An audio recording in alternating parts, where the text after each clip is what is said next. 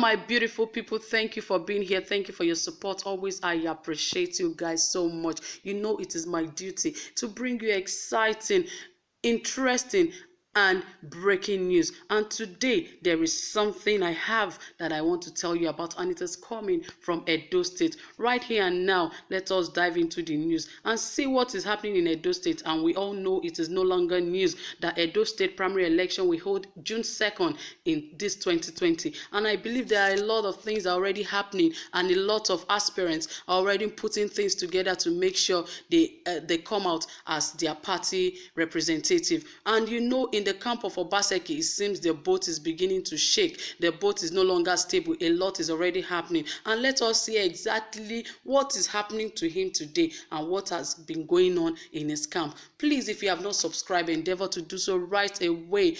Click the subscription button and subscribe, and please give this video a thumbs up. And if you like us, please share this video, because we know we are taking you places. Come on, let's move right into the video and hear what is happening in the camp of Governor Obaseki of Edo State.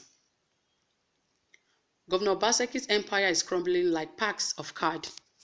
With his boisterous demeanor in recent weeks and months, particularly as regards his political tissue with his erstwhile godfather and national chairman of All the Progressive Congress, APC, Adams Oshiomhole, nobody would ever reason that Edo State Governor, Governor Obaseki, would anytime appear vulnerable politically. But in these last few days, the dynamic but unassuming governor certainly cannot be weaker as it is today.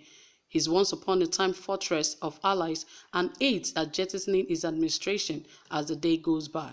It is no longer news that the political rift among different personalities in the state is geared towards the gubernatorial election coming up in September 19th, 2020. What is, however, news is the shape it will take and how crucial different individuals are leading up to the deal day. The Independent National Electoral Commission, INEC, has scheduled the governorship poll for September 19th, while the party primaries are billed for June 2nd. And with just few weeks away, the boys are already being separated from the men. Alliances and strategies are being put in place by party stalwarts. The dice is cast, and you might want to say, but those clamoring foul 4+4, a slogan in support for Governor Godwin Obaseki's second term, bid are beginning to shiver and have a cold feet as many top aides of the governor abandon him ahead of the all-important election. Just last week, the Chief of Staff to Godwin Obaseki, Mr. Taiwo Akerele, resigned his office citing administrative reasons. Sources say Governor Obaseki rejected his resignation upon receiving the letter and quickly constituted crack team of political heavyweights to convince the Chief of Staff to change his mind. But the quiet but savvy political aide was having none of it. His mind was made up. His time as the gatekeeper of Obaseki is done. Mr. Akerele reportedly claimed that he was being sidelined by Obaseki owing to the fact that, like other aides and cabinet members, he refused to publicly criticize the former governor Adams Oshiomhole, a man they have declared war on. Although Akerele pledged his loyalty to Obaseki, where he pitched tent with would not be difficult to guess, Oshiomhole's camp now have one more soldier.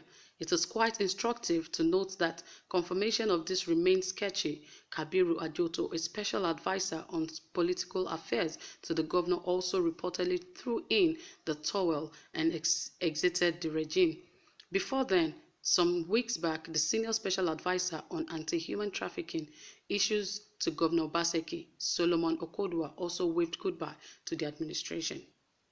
Resignation after another is not a good omen for the governor.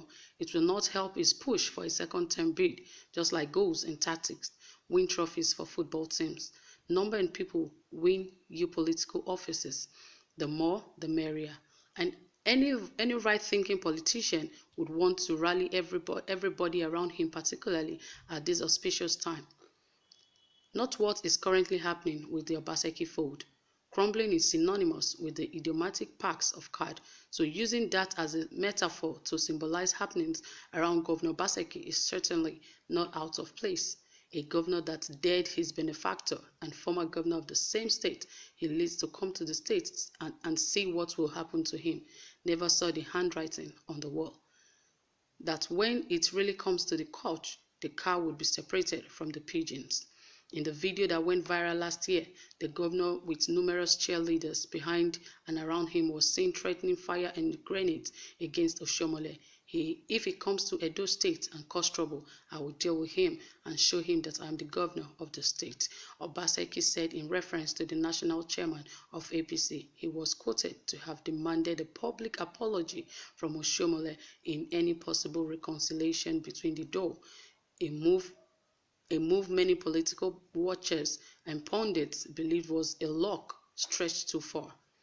Though not giving a public display of power and brigandage, Governor Obaseki was obviously dancing to the tune of political hangers on and sycophants who are only after their own interests. Sources within the APC hierarchy confirmed authoritatively that some aides and other cabinet officers, including top commissioners, will dump Obaseki's administration as the primary election draws closer, noting that Oshiomhole still holds the ace in Edo State.